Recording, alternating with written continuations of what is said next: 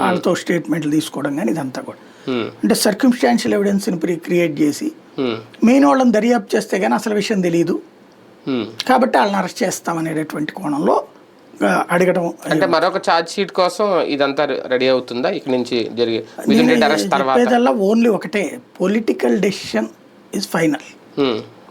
Charge sheet ఇవన్నీ అంటే మరి ఇన్ని ఎందుకు చూపిస్తున్నారని ఇప్పుడు ఇవన్నీ ఎందుకు చెప్తున్నారు? జనాలు నమ్మడానికి. జగన్ సంతకాలు పెట్టాడు, డబ్బులు అక్కడ దొరికినాయి, పెట్టెల్లో క్యాష్ ఉంది, ఇవన్నీ ఎందుకు చూపిస్తారు? జనాలు నమ్మడానికి.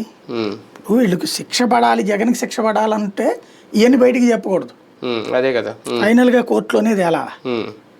ముందు ఇవన్నీ చెప్తున్నారండి ఏంటి, జగన్ గారు శిక్ష పడదు ఎట్లాగో మనం మీడియా ద్వారా శిక్షిద్దాం అతన్ని. ఇప్పుడు చంద్రబాబు నాయుడు జైల్లో పెడితే అది సామాజిక అన్యాయం జరిగినట్టు, జైలు వ్యవస్థకు అన్యాయం జరిగినట్టు, అధర్మం అయినట్టు.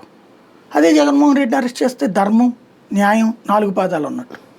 ఇది మన దగ్గర ఉన్న మీడియా మన చేతిలో ఉంటుంది, సోషల్ మీడియా మన చేతిలో ఉంటుంది.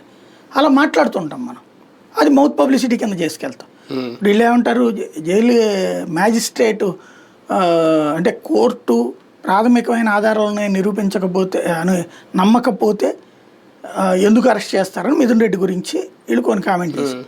మరి అలాగే చంద్రబాబు నాయుడికి రిమాండ్ ఇచ్చారు కదా, మరి వాళ్ళు ప్రాథమిక ఆధారాలు ఉన్నాయని ఒప్పుకున్నట్టే కదా.